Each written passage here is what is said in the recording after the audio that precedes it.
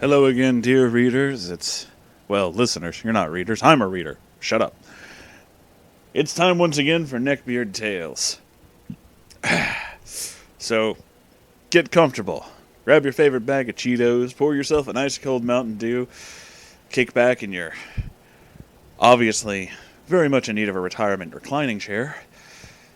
Push the laptop to the side. Just a second. Just a second.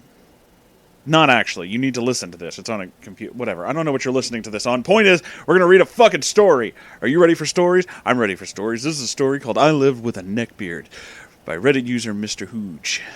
Hooge. I like your name. This is my first time posting to Reddit. Not really a story, but a collection of increasingly annoying incidents over the course of 3 years that led up to this guy and his friends becoming vilified across campus. This takes place over 3 years, so buckle up, Buttercup. In my second year of university, I moved into a privately owned student accommodation. The flat I was living in was pretty big, with about 9 or 10 people living there. I didn't know anyone when I moved in, and the first person I met was the neckbeard in question, as our rooms were right next door to each other.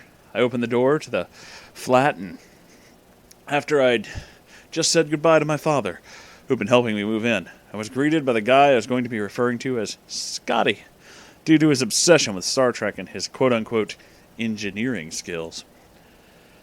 This was in the days before I really knew what a neckbeard was. On first impression, I didn't get any overwhelmingly negative vibes. He was about 5'10", so large he was almost spherical. Glasses, dark greasy hair, and a high-pitched nasal voice. Wore gentlemanly clothing. Had a walking cane, and of course, boasted a curly, sloppy, glistening neckbeard. He even owned a couple of fedora/trilbies. He was actually quite friendly at first, and despite everything that happened during our time living together, we were both civil with each other. Apart from a few times when I had to tell him to dial it back before someone with a shorter temper than me would lose it and beat the shit out of him. We shook hands, exchanged pleasantries, and I started talking about our interests. I'm a pretty nerdy guy. I like Star Wars, The Witcher, Fallout, Lord of the Rings, etc. I tell him this, and he offers to show me his room. I look in and see a smorgasbord of neckbeardery. Full-on neckbeard nest. I thought his room was messy due to him having just moved in, but seeing it on later dates, I realized that's not the case. Every shelf was packed with things from Airfix models. I don't know what that is. Airfix models and Warhammer figurines to manga, comic books, bits of computer hardware that he was fixing. He'd only been there a day or two, and he already had an overflowing bin of fast food and takeaway boxes. Despite the mess, I thought his collection was kind of cool. Not gonna shame a guy for being a bit nerdy. He said he had some really cool stuff. We chatted for a bit longer, and then I went to leave. First red flag occurred literally a few seconds later. Another flatmate heard us talking and came in to say hi. He was a pretty cool, friendly guy. He didn't live with us for long. He moved out about 2 months later. He was a third-year politics student, so, talking about politics. Never been a big follower of current affairs, so I had no idea what they were talking about. I just started making jokes about some of the subjects I recognized. Cool flatmate laughed at some of them and kept trying to include me in the conversation despite my lack of knowledge, but Scotty kept giving me weird looks as if I wasn't appreciating his vast knowledge or something. He then proceeded to lecture us both on politics for 20 minutes. I'm not sure if he drew breath the whole time. It was just one continuous sentence. Cool flatmate is looking visibly pissed towards the end and couldn't get a word in edgewise, but has a miraculous get-out-of-jail-free card in his jacket pocket. He starts rolling a cigarette, says he needs to go smoke, then walks off. Scotty had a big shit-eating grin spread across his face, as if David had just vanquished Goliath. I say goodbye again and went back to my room to unpack. The rest of the flatmates over the next few days, I met them. They were all pretty nice. But since my friends lived elsewhere, I didn't spend much time with them. A few days later, I was introduced to Scotty's douchebag friend. This guy I'll refer to as Asshat. Did not like this guy from the get-go. He was the same height as Scotty, but stick-thin, curly ginger hair, and almost identical squeaky voice. A true edgelord. He wore a thick black trench coat everywhere, torn shirts and eyeliner. Claimed to be a punk, but was just an asshole. I never met someone universally disliked as this asshat. Thus the name Asshat. Spiteful, loud, bossy, manipulative, inconsiderate, all-around terrible person. My friends and I were drinking in my kitchen before a night out. It was about 10 p.m., a bit earlier than we normally went out. Most people in the building were doing the same thing. We left the kitchen, went downstairs, and left the building. As I was the last one to leave, I was greeted by Asshat standing with his arms folded in a dressing gown beside his flat door, like some grumpy neighbor from a sitcom. His flat was directly below ours, and his room was right under mine, which comes into play a lot. He proceeds to call me and my mates the C word and slams the door in our faces. We thought nothing of it and had a fun night out. Scotty and I lived in the same flat for 2 years, with Asshat below me for both years as well. So here's a collection of some of the shit they got up to. Scotty started to claim more and more weird stuff the longer I lived with him. He claimed he could speak multiple languages fluently, including German. My German flatmate decided to test him on this. Turns out Scotty couldn't speak German or Spanish or French. He only knew a few phrases and buzzwords. He claimed he was a black belt in several forms of martial arts, with no belt, certification, or even a gi to back it up. When asked to demonstrate, he would make some excuse along the lines of, "There's not a lot of room in here," even though our shared kitchen was massive and built to hold at least 10 people at once. Considering he was supposed to be an expert at martial arts, his mobility was terrible. He would get out of breath walking from our flat to the bus stop 50 meters away. He said he knew how to perform complex surgery and had done so on animals. Said he knew how to reattach nerve endings. This guy was a history student, for fuck's sake.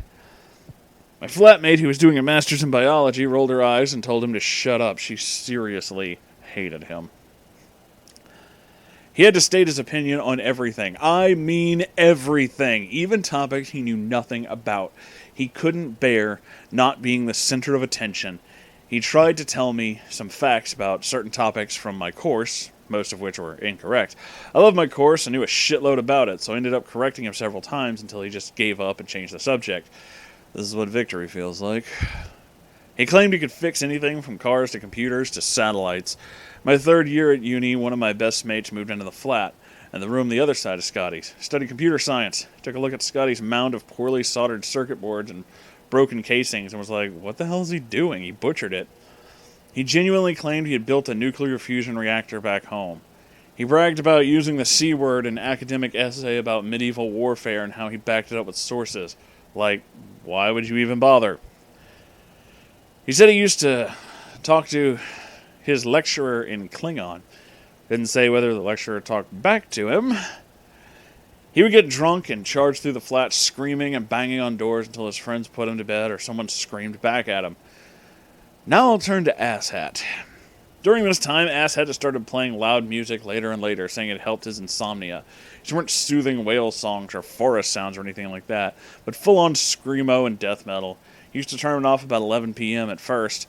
When I finally moved out, he would still be playing at 4 in the fucking morning. Cheeky bastard had the audacity, to send one of his mates up to my room and tell me and my friends to keep it down while we were watching Lord of the Rings, The Two Towers, and talking. This was at 8 p.m. I still find it funny how this self-proclaimed punk didn't want to do any of his own dirty work. I told him to shut up several times, but he didn't care. Part of the punk lifestyle. Scotty and his friends started gathering in Asshat's room, shouting, drinking, smoking weed until the wee hours of the morning. It was as if they were holding a nightly Who's the Biggest Asshole competition. They even did this during exam season. I wanted to kill him over the sleep I lost. Not sure how many noise complaints they got, but he was never kicked out. Asshat tried to take over a senior position in the newly formed society, tried bossing everyone around and forcing people to do weird initiations, and was quickly kicked out.